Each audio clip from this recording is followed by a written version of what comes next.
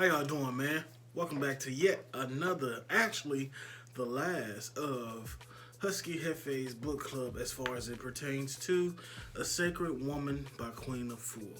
Yes, this is the last book club summary, and the meeting is later on. So, it's been a long time coming, but everything has to come to an end. It's more chapters in this book. I just went through 7, and prayerfully, hopefully, meditatively, however you want to put it, for those of you who have been on this journey with me, continue to read this book as it is some great things in here. It's even more gateways. We got through, technically we've covered 0, 1, and 2, if I'm not mistaken. This chapter 7 is the second gateway. And without further ado, we're going to jump right into it. Gateway number 2 is entitled Sacred Foods. This is probably like a good thing that I feel like everybody should read. We always start with like the altar and all that stuff. What changed in this one? Element of air stayed the same, water stayed the same, spirit stayed the same, earth stayed the same. But I do want to note that the sacred stone changed. It changed to carnelian from, what was it in our previous one? From carnelian, it changed to carnelian from aquamarine. So, and the oil in Gateway 1 was eucalyptus. This one is thyme or thyme, however you want to pronounce it. And the candle color has also changed from yellow, and it goes to brown or green. So it's an option in Sacred Foods. And the spiritual observances was pretty much the same thing as for the previous gateway. A little vocabulary changed just a little bit, but it's pretty much the same thing. You're prepping yourself the same. Fire breathing seems to be about the same amount as the previous chapter, so that was good. Let's see.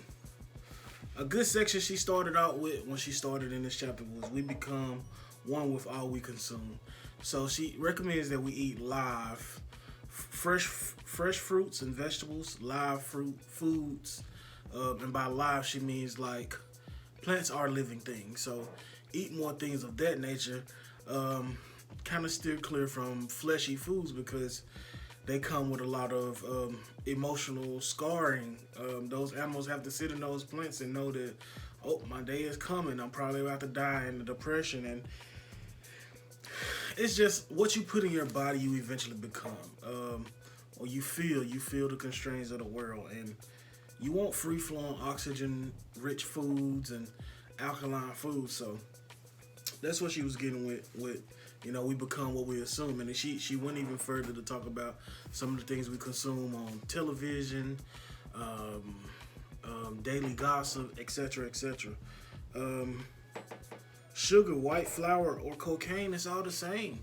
Some of this stuff ignites your brain to like think about, some of the just the same way that cocaine was. So, food is a drug, and people don't want to admit it, but we as humans have been conditioned to be addicted to food just as well as drugs. So, watch that. She ends though, if you want to ascend on the sacred woman path, know that you become one with all that you consume. And your kitchen is a healing laboratory. I like that term and that take on it. You can heal yourself in the kitchen. Point blank, period. Modern medicine may get mad at a person like me or anybody with more stature or more, more popularity than me, saying things like, food is healing. But food can heal you. The right foods can heal you. Don't let them keep pumping these medicines into you. But I know we're so used to it and we just want the pain to stop right now. That's what the business they're in for. Stopping the pain right now. But if you really want long-term effect, look at those pain medicines. Get them if it's going to help you in the beginning, get them, but know that it starts in the kitchen. I'm a big dog. I want to lose some of this weight, but it started in the kitchen. That's just point blank period. She breaks it down in this chapter about like, oh, I don't know if you can see, but it tells you different herbs and spices and what they're good for. To me personally, it stuck out to me like, hey, think about making some teas from these things because it'll benefit you in the long run. Anti-life demon food, flesh foods, the emotional diseases and social diseases. I'm sorry. As much as I want to give you all the cheat code, there's no cheat code. And as much as I want you to know everything, until you get this book and you really dive into it, you're not. Chapter 7, she gives you recipes.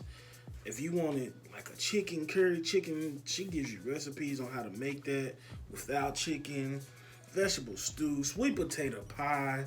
Like, it's time for our people to wake up. And it's all in what we consume. That's how we're going to stay alive. So, yeah. Oh, and when you're doing your 7-day transformative work, make sure you first scrub your kitchen, healing laboratory, clean everything down, purify it, and yeah. That was chapter 7. That was it. This is it for Sacred Woman, Husky Hefe's book club. I'm happy that you all came to be here with me. I'm most gracious. I really pray that you all take this serious and know that it's more to life than just, making money, eating the same old, bragging to friends, going through the motions of depression. It's more to it. You can heal yourself. And this is a good start. I know it says a Sacred Woman, but I feel like I've picked up a lot of things from this book as a man as well. And men, if you're a woman is going through things, like, it's okay to pick up this book and read so you can learn how to help her, man. Don't treat our women bad. They're beautiful women. They hold so much power. So I say uplift our women. Put them on a pedestal. And women, when you're on that pedestal, don't be too high and mighty to help somebody else. Help a fellow woman.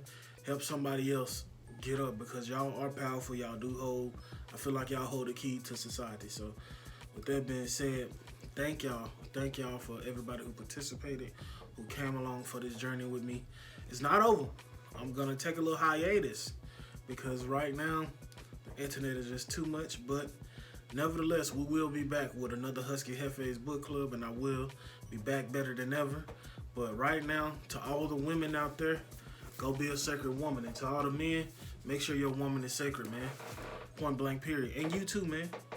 It's no excuse why you shouldn't be at your best as well for that woman and for that family. So I love you. Can't say it enough.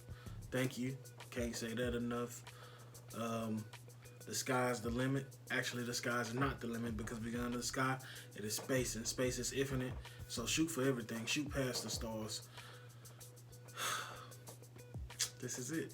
This was a good book and great participation from my people. So it's tough ending this one at chapter 7 as far as like reading with other people and discussing. But hey, 7 is a lucky number of divinity. So always remember, if I read, you read, and we read, and we can make this world a better place. It's love until I see you again. Husky Hefe, I'm out.